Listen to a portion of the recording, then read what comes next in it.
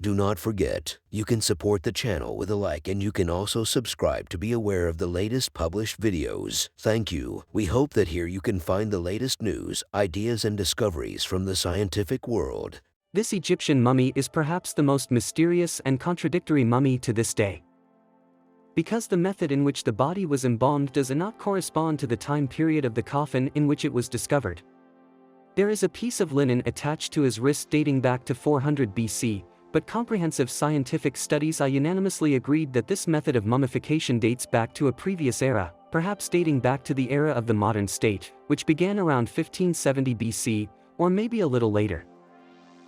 Crossed arms on mummies since ancient times indicate that this mummy belonged to a king, in addition to the mummy's short, wavy, and red hair, not because of henna or dye, still visible thousands of years ago, and this may be an indication that this mummy belongs to the Ramesside family, the kings of the 19th and 20th dynasties. They had natural redness in their families, and Ramses II is an example of that.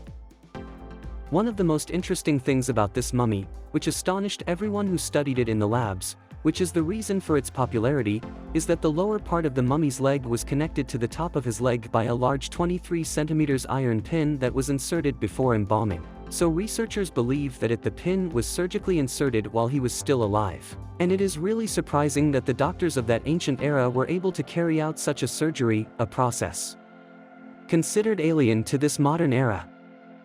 The discrepancies can be explained by the fact that when the tombs were stolen in the Valley of the Kings, many mummies were repackaged and hidden in other coffins to protect them, but the history of this mummy's origin and its true lineage is still being investigated and studied until now. The mummy was found in Deir el-Bahari, Thebes, known as Usermonte's mummy, and kept at the Rosicrucian Egyptian Museum, California, USA.